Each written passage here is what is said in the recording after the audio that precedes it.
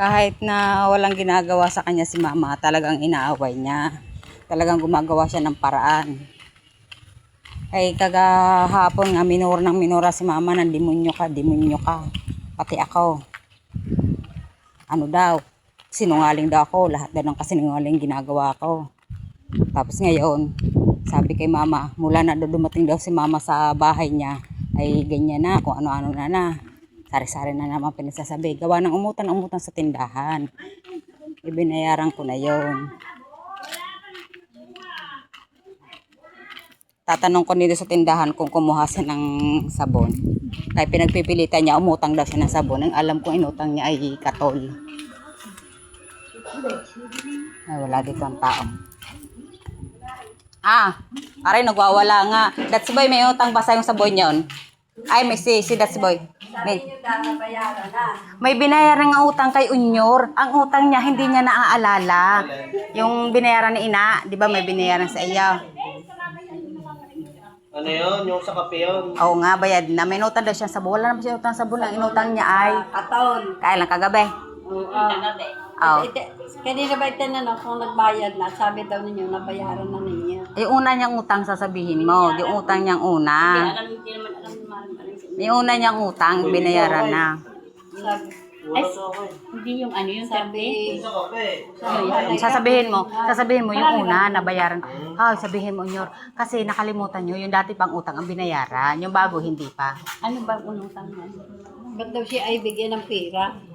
Ang pera nga niya, nawawala niya. Kulang na kulang ang pirang pinapadala sa akin. Abunado na ako eh. Kagabi mo lang pala yung kinuha. Kagabi mo lang daw pala kinuha.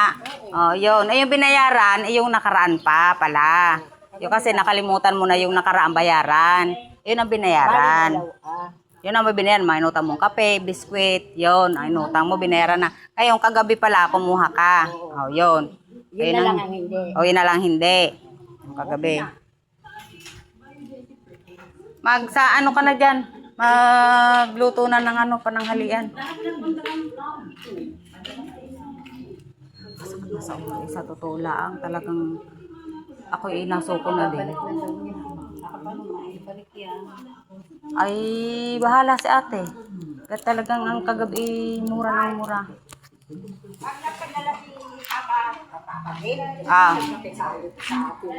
Pag napadala si ate mo, Ah. kasi di pa naman ako masyado talaga makalimutin.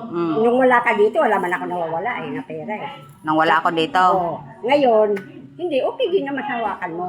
Ngayon, mag-ano ka na lang. Ganito yun.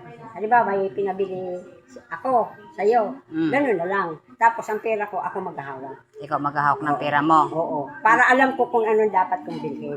Kasi ang pinapadala kasi sa akin ni ate, 500 lang. Ay, bakit naman dyan lang? Ayun lang naman ang pinapadala sa akin niya. Kasi pinagbayad ng ano mo, pambayad ng tubig mo, ng kuryente mo, ang iba. Nagbayad siya. Oo. Tapos yung mga binibili ko sa iyo, lahat yun na binibili ko sa iyo. Oo. Sorry. Oo. Di nyo kasi lililiwanag. Alam mo yun, lagi nakakalimot ka na kasi. Araw-araw ka nakakalimot. Kaya nga, lagi ka namin sinasabihan. Oo nga yan, na ngayon nangyari, hindi ko pa yun alam. Nabayad Alam mo, na. Basta yung ano, yung kagabi, hindi mo pabayad yun. Yung kagabi. Pero, yung katol, tsaka yung sasabi mo. Pero yung nakaraan mong utang, bayad na yun. Kasi baka mabayaran mo kasi maduduble. Kaya wala naman ako ibabayad, hindi wala naman ako inawakan na. ako nga nagbabayad ng utang, kaya dapat alam ko din. Para pag nagbayad ako, hindi maduduble.